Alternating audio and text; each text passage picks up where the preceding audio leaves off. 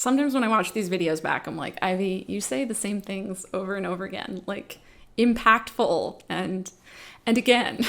But anyway, hey, my name is Ivy and welcome back to my channel. I want to know how many of you have heard of the brand Flower Beauty. Show of hands. Maybe a brand you've heard of. It's not an unfamiliar name perhaps to you if you were to hear the owner's name. And the owner's name is Drew Barrymore. I think probably 99% of you watching know who Drew Barrymore is. She's been around for decades. Drew Barrymore started a beauty brand back in, I should look this up. Hey Siri, when was Flower Beauty founded? 2013. Okay, so says Siri, so we'll trust what Siri says. The brand, I believe, as I recall, even though 2013 is quite a long time ago now, when it launched, was only available at Walmart, or at least for a time it was only available at Walmart. But I remember thinking, this brand looks vaguely interesting to me, and it's not really accessible to me because I don't live near a Walmart. I've never lived near a Walmart, and I'm not a Walmart shopper. So I did feel a bit of a twinge of disappointment when I learned that this, exciting new drugstore beauty brand founded by Drew Barrymore was not going to be accessible to me. But then little by little, I think the brand started to gain some traction and they realized that they needed to expand beyond just being in Walmart. They started to expand into Targets and other drugstores like CVS and Walgreens, etc. And now they're pretty widely available. In fact, they even have a lot of exclusive items that are through Ulta only at this point. So they are definitely for the everyday consumer, they are for the mass consumer. And since being able to try the brand, I have found a few hits and a few misses, a few mid things, but there is one item that in my book is a huge hit, and those are the Flower Beauty Lights palettes. I have all 4 of the ones that are currently available to me, and I want to talk about them. So that is what this video is going to be about. It's going to be about the Flower Beauty Lights eyeshadow palettes. As you will see through this video, I have actually started to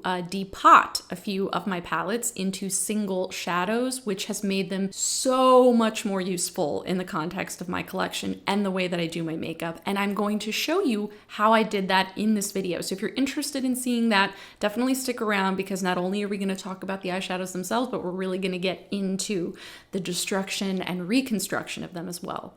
So if that sounds good to you, stick around and let's get into the rest of the video. Okay, so at present, I only have 2 of the Lights palettes still in their original packaging. I kept them that way for the purpose of this video so that you could see what they actually look like when they're not depotted. I have the 2 newest ones that are from Flower Beauty. This one's called Garden Lights and this one is called Coastal Lights. These 2, as I understand it, are available only at present exclusively through Ulta, which is where I purchased them. Thankfully, they did ship to me in one piece. I've heard horror stories about these arriving broken because the shadows are a little on the delicate side, but luckily mine arrived intact. And this is how they come. So they come in this very kind of plasticky packaging, and then they have these large size pans that are inside. They are all 6-pan palettes. So as I said, these are the only 2 palettes that I still have in their packaging, and I do have plans to make these into singles as well. I just haven't gotten around to it yet. The rest of my shadows from the other 2 palettes, which are the Jungle Lights palette and the Desert Lights palette, I have already taken the liberty of making into single shadows, which as you can see, I have nicely all here. I have a few that are already being used in Build Your Own Palette color stories. Take a look at how lovely these look repressed into their single pans. Take a look at the timestamps. You'll see where I start to show you how I actually depotted these. I just show you using the Desert Lights palette. The Jungle Lights palette was my experimental palette that I did first and I didn't film it. But yes, I will have a full chunk of this video dedicated to showing you how I depotted these. The packaging is not great. These prefab color stories are not fantastically designed.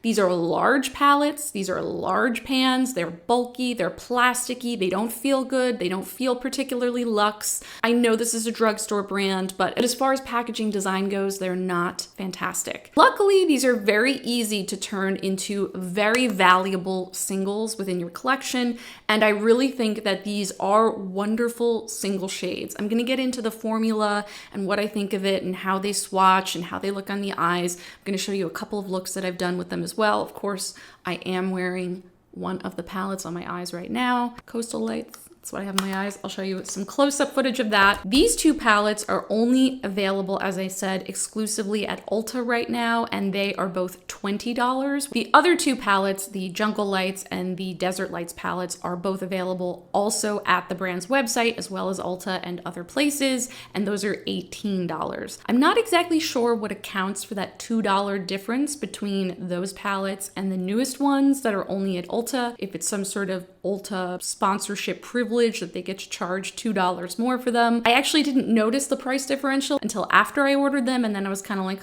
that's a little weird. There's no particular formula discrepancies that I can see that would cause it to suddenly become $2 more expensive. But in any case, these are both $20. So I do find that the newest palettes are really nice additions to the overall Lights palettes as a whole, because Desert Lights is this very pinky, champagne-y, bronzy, kind of one-note color story. They are beautiful everyday shadows that I think will appeal to a mass audience if you've never seen them, if you've never tried them. But the Jungle Lights palette I know was sort of not everyone's cup of tea, because the colors were, as a palette, kind of a weirder color story. They had these like darker purples and a green and a gold, and everybody was kind of like, what do I do with this? For me, I immediately saw their potential as single shadows, and so I was attracted to it because I was like, ooh, that's a beautiful shade. But to the mass consumer who really looks at things as palettes, that's what I mean when I say I don't think that these were very well formed.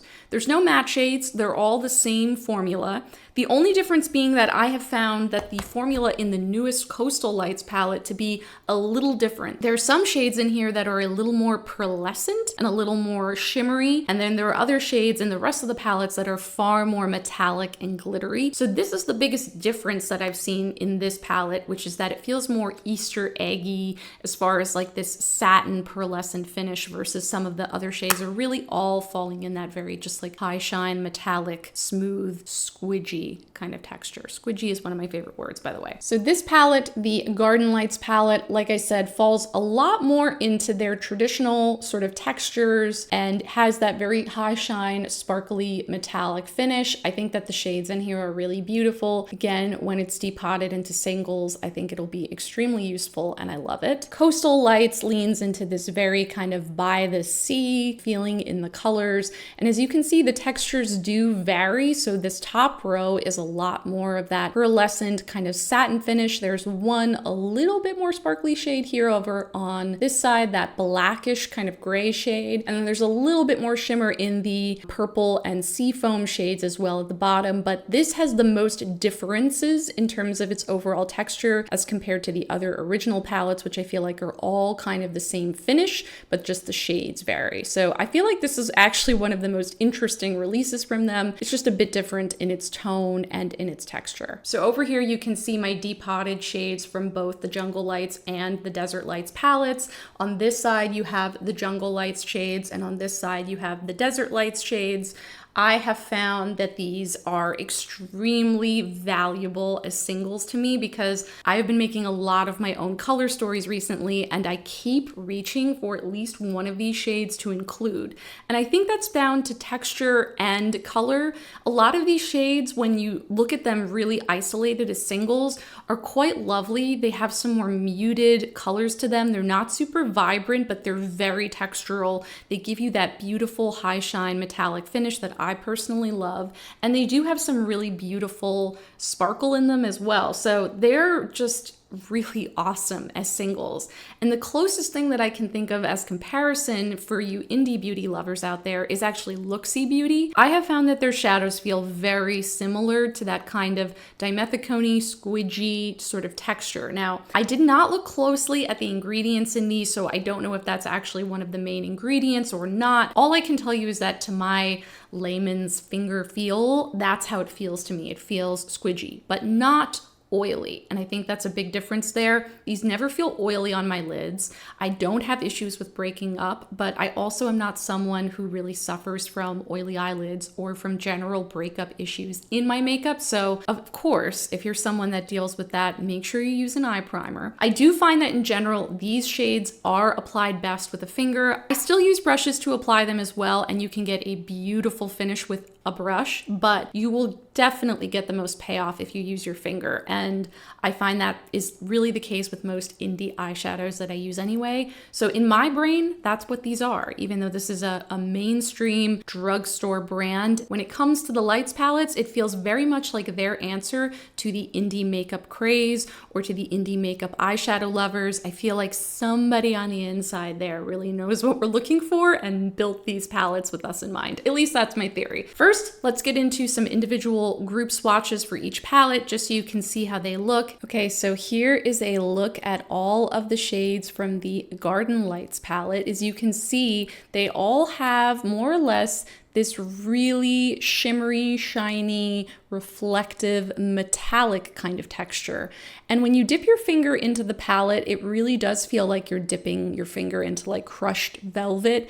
That's just how it feels on your finger. And when you swatch it and apply, these are not patchy at all. They are very opaque. And I really have no issues myself with fallout with these. So generally speaking, I have found these to stay in place, to apply well with a finger, and to have relatively little fallout. The shades in the Garden Lights palette really reflect the name. I think that they feel very gardeny, very springy. There are no real redundancies in shades amongst palette to palette. You will see some similarities in some of the purples and pinks, but there really are no dupes amongst their individual palettes. I happen to love this shade a whole lot, and it's because of course it's called Ivy. It stands out in this palette as being a really grungy kind of greenish gold. And of course, those are always my favorite colors to work with. I also really love this beautiful sparkly purple. Hard for me to not love a purple. I just love purples. And then this beautiful kind of pinky fuchsia red is also really stunning and unlike any other shade I have in my collection. Okay, here's a look at the Coastal Lights palette's shades. As you can see, these three shades along the bottom are very light and very pastel. They have less of that shimmery kind of sparkly metallic and more of that almost like satin eggshell kind of finish to them. They are really beautiful though in their subtlety, and I think especially this kind of grayish shade with its slight pink undertones is really unusual. However, these are all very faint and I find them a little bit harder to build up on my personal eyes and skin tone, but they're still really lovely and interesting. This top row I find to be far more impactful and interesting. Of course, this beautiful ethereal bluish purple in the middle is stunning. This aqua shade in the green kind of seafoam undertones is really beautiful. And I also love this kind of sparkly grayish black. I think that all of these shades are really beautiful and make lovely singles. And for me, that is where their value lies, building them into bigger, larger color stories and using them as individual impactful shadows. Here we have the Desert Lights palette. I believe that this is probably the most popular release from the brand as far as the lights palettes go. It's the one that I heard the most people speaking about, and I can understand why. There are some really beautiful, warm, champagne-y, pinky kind of neutral tones in here, and I definitely get why this would be popular with the mass consumer. For me, I found the color story in this one to be the most kind of one note. While there's some beautiful leaning into almost duochromy kind of shades in here, leaning between peach and pink and orange, I just wasn't as excited by the shades in this palette, even though I do find them again to be really useful singles in looks. And I actually find this in particular, this dark kind of brownie shade, to be really helpful because it does have more of that satin finish and it's not a flat matte, but it's extremely pigmented and really impactful in looks, and it makes for a wonderful liner shade. I think if you're into this sort of like warm sunsetty kind of pinks, the Desert Lights palette would really be right up your alley. And finally, we have the original, the OG, the Jungle Lights palette. And this, I have to say, still remains my top favorite palette that they've released as far as the individual colors go.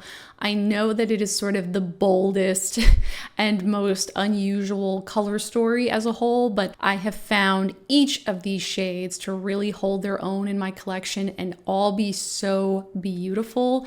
I love and adore this deep green, this beautiful, deep but shimmery eggplant purple paired with this really light and ethereal purple, the copper, the gold, and then this really, really beautiful kind of like bubbly, light, effervescent champagne-y color on the end here. It just is beautiful. And when you look at them as singles, if I were to receive a box of 6 singles and this is what I got, I would be happy. These all have more of that metallic, shiny finish with a little bit of glitter in them. This deep purple is really, really beautiful and it does lend itself well to adding depth if you were to just use this as a palette on its own. This really is my favorite lights palette of the bunch, and I am so happy to have them as singles now. So I have done a few looks with these palettes and I did want to kind of show you some close-up footage of them. I tried to show you a variety of looks so that you could see how you can work with them as single shadows paired with other shadows and other palettes, but also really use them on their own entirely. I do find that there's enough variety sort of within the grouping of palettes and the types of textures you can get that you actually can achieve a really nice look on its own without adding anything else in. I really do enjoy working with these shadows. I find them very easy to use. I find them very easy to apply, and I really find that they are uniquely beautiful in the way that I find indie shadows very uniquely beautiful, but for a drugstore audience, which is so rare and so hard to find, which is why in particular, I think they are a standout gem, not only for the brand Flower Beauty, but really for the drugstore as a whole. All right, so I've showed you some swatches, some eye looks. Now it's time to show you how I actually depotted the Desert Lights palette into singles so that you can see how easy it is to do on your own if you want to. It's really fun. It's kind of a fun like 30, 20-minute project if you're interested. So I'm gonna cut you over to that footage and then we'll come back at the end for a little outro. So I wanted to do a little bit of a demo here on how I am going to take these palettes out of their current packaging, which is this kind of plasticky packaging in these very large size pans, and turn them into really nice usable 26mm singles that I can use in color stories and in the rest of my collection. Transforming certain shadows and certain palettes into singles like this just makes them infinitely more usable for me. While I love these palettes and these shadows, I reach for them a lot less when they are in this packaging and when they're in these pre-formed color stories that don't necessarily work for me, but I do really like the quality of the shadows. It's really not that difficult, especially I will say with these palettes in particular. And that has a lot to do with the formula of the shades. These are really easy to repress without any additives and have them really stay nice and firm in their pans. Whereas I know some shadows, the formulas may not lend themselves to be as easy to repress, but these are super duper duper easy. I'm gonna show you how I do it and what I use. So of course we have our palettes here that we're going to use. I bought a bag of these 26mm empty pans from Alwan on, I almost said on Instagram, on Amazon. And I forget, I think it's just like 56 of them or whatever. Really inexpensive and easy to get. You can get any kind of size pan you want. I also bought this on Amazon. This is a tamper. I believe that they kind of show them as espresso tampers, and I specifically got a millimeter size that would be the best for 26mm. So it's a little bit smaller than the actual pan, but it works really well for tamping down. Something like this is really useful to make sure that you're really pressing it hard. You do not have to get one of these in order to do this. You just need something that's firm enough that you can really flatten and tamp down the shadow. But these are not expensive. They're really easy to get, and I do find them to be incredibly useful. And then the last thing that I use is a spatula. I bought a series of makeup spatula tools also from Amazon. I'll try to link everything in the description box to make sure if you're interested in picking up the specific tools I did that they're available. These are great. I have a series of maybe like 6 tools with different sizes and different tips. This is what I'm going to use in order to dig the shadows out of the pans, push into the new pan. There's a few different ways that you can do this whole process. I picked up everything that I know about this from Gina, Faces by Gina on Instagram. I'll of course link her details below. She is an incredible resource for knowing how to do this stuff. She's pretty much the master in my opinion of all of this. So while I am showing you what I do, I definitely learned everything that I know from her. So check her out for sure. I have some wax paper down on my desk. That's what I'm gonna dump the shadows into into, and I'm going to use that to kind of shuffle the shadows into the pans. I also have makeup wipes nearby, and I have paper towel nearby. Yes, this does get messy. No, there's really no way to avoid it. It's just part of the process. So let's get into how we depan and repan the shadows.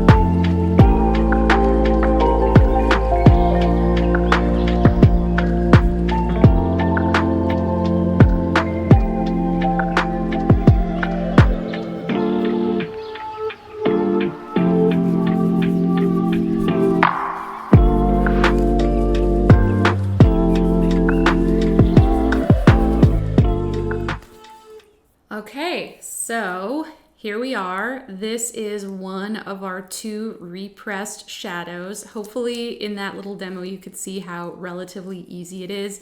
Yes, it's a little bit messy. You're gonna have a little bit of shadow loss, but ultimately very much used all of it that I could. This is a fuller pan, whereas this pan is slightly less full. I have found that at least with whatever microgram or gram amount is in these larger size pans, that I can usually get 2 26mm pans out of it, but one's usually a little fuller than the other, and that's like pretty typical. Using the tamper and just a little bit of paper towel, I was able to really press that in there. This is going to be a little more delicate, you know, of course it's now been reassembled and repressed. It's not exactly as stable as it was before, but I haven't found that I've really needed to add a stabilizer, you know, kind of to these in order to repress them and use them successfully. And I prefer not to have to add like an alcohol if I don't need to, even though of course it evaporates out and it's not a big deal. I really enjoy repanning these shadows in particular just because of how easy they are to do. You can do this with any kind of shadow pretty much and have a lot of success with it with just these tools. Again, if you have a little bit of, I think it's isopropyl alcohol, that's something that you can use to sometimes bind things together again if they're a bit drier and they need more help coming together. But these are pretty squidgy. I think they have more dimethicone in them, and that makes them easier to press. So let's keep going with the rest of our shadows and get through our palette.